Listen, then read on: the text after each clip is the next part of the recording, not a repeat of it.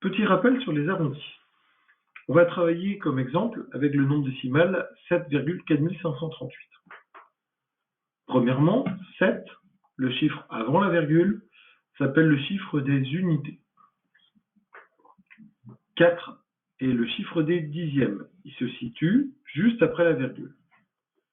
Pour retenir sa place, pensez dixième, on entend dans le mot dixième 10.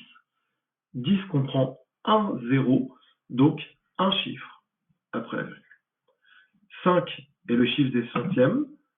Centième, on pense à 100. 100 comprend 2 zéros, donc il se situe à la deuxième place après la virgule. 3 est le chiffre des millièmes. Il se situe en troisième place.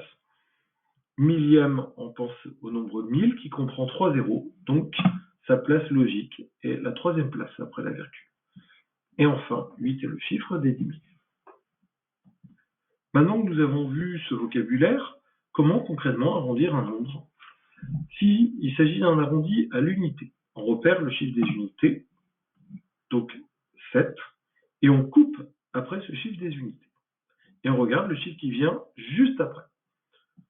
Si le chiffre qui vient juste après est plus petit que 5, on arrondira tel qu'on a coupé pour obtenir comme arrondi 7.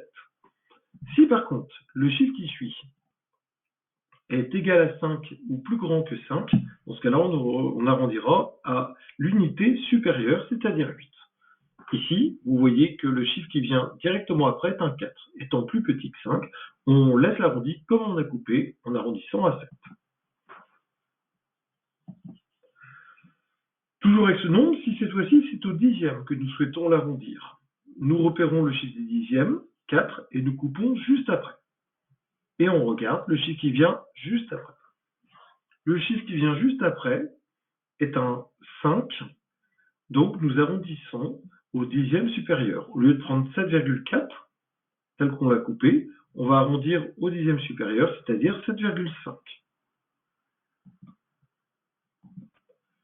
Si cette fois-ci, je souhaite arrondir ce nombre au centième, toujours le même principe, je repère où est le chiffre des centièmes, et je coupe après ce chiffre des centièmes, c'est après le 5. Et je regarde le chiffre qui vient juste après. Le chiffre qui vient juste après est un 3. Comme il est plus petit que 5, j'arrondis tel que j'ai coupé, c'est-à-dire 7,45.